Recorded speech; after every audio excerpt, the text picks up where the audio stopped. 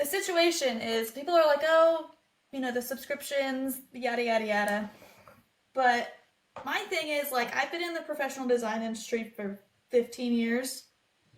A lot of the people in 3D printing, I think, that are picking it up as like a business hobby or whatever, have not necessarily been in comparable industries. A Correct. lot of people have come from tech and different things like that.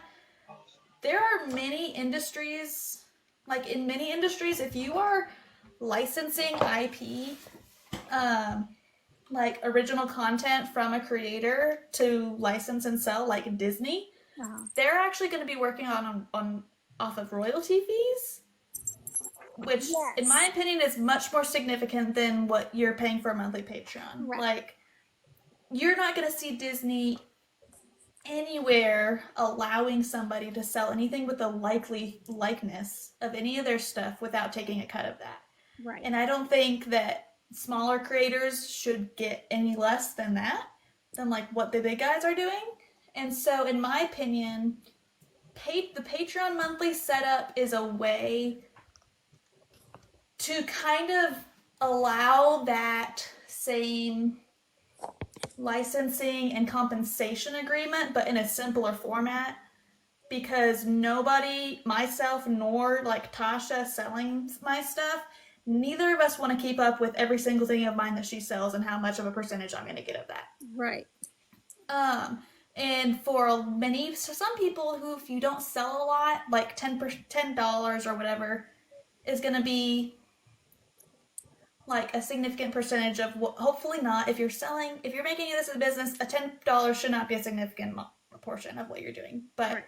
depends on how many Patreon members you're subscribed to and all this. But in a lot of cases where people are actually making business off of this, if they were to be doing royalties on every single model that they sold of that designer, I am almost guaranteed that would be more than $10 a month.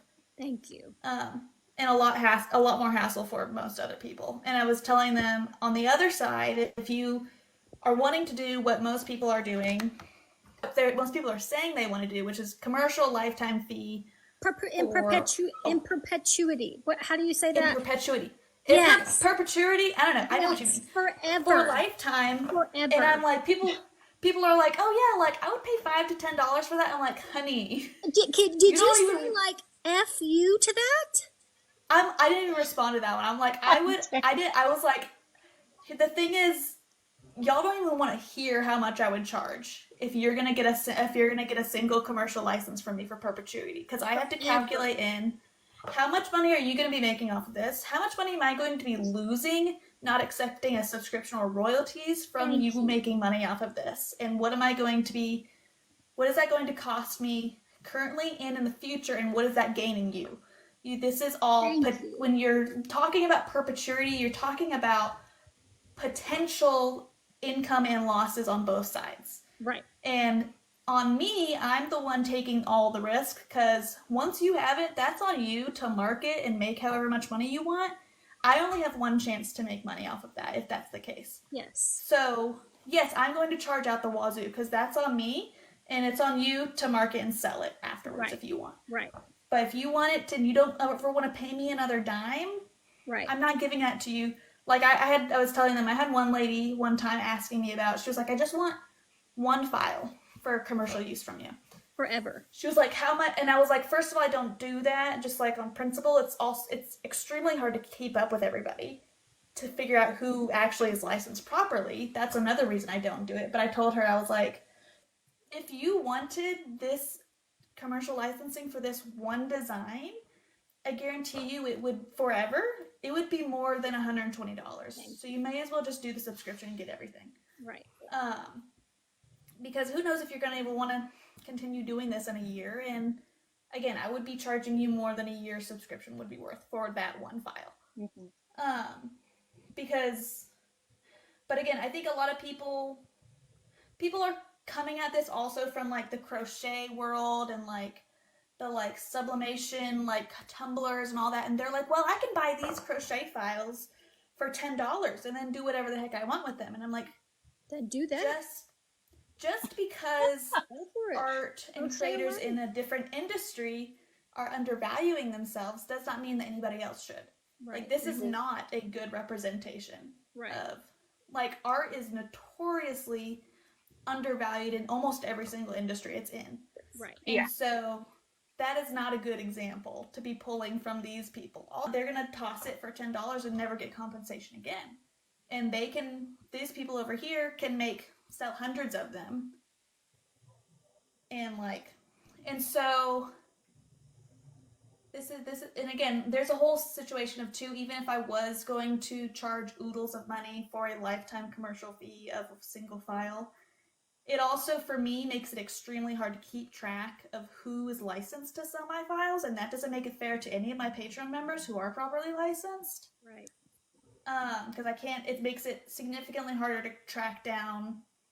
People send me all the time. They're like, hey, these people have, like, your prints in their shop. Are they legit? And sometimes they have the seller badge and all that. Sometimes they don't. And so I'm, did this yesterday. Go in and email them and be like, hey, are you subscribed on one of these platforms? Because if not, you're going to have to take this down.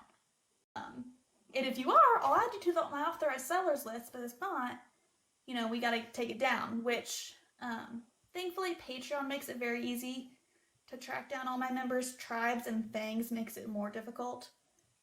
But once I have their email or username, I can look them up in my system. But if you were to then add, Cults 3D, if you wanted to sell individual files on Cults 3D, for example, then that immediately makes it 10 times harder to keep track of anybody who's buying those for commercial or personal use. Right. And again, like, what I was telling them earlier, I don't personally feel, as someone who's been in the design industry most of my life, I don't feel like it is necessarily a fair ordeal to expect to pay once for something that you are going to be making the income of your entire business off of and never compensate the original IP creator of that ever again. Correct. And so I think for me, the Patreon membership makes sense, just to kind of simplify that whole process.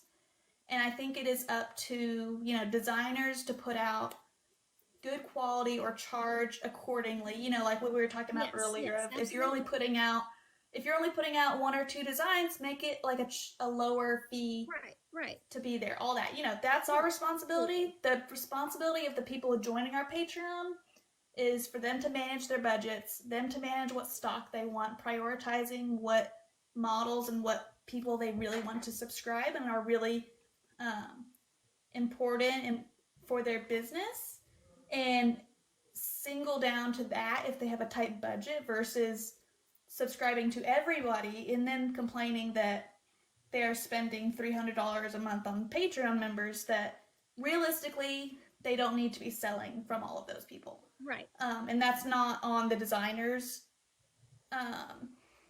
end, in my opinion, for them to, you manage your thing. I'm never going to be offended if someone doesn't have it in their budget to add my Patreon to their thing. Right. But that doesn't, you don't want to come to my stuff. That's totally fine. Right. If something else sells better for you and your industry, absolutely go make your money. Like, I'm so happy for you.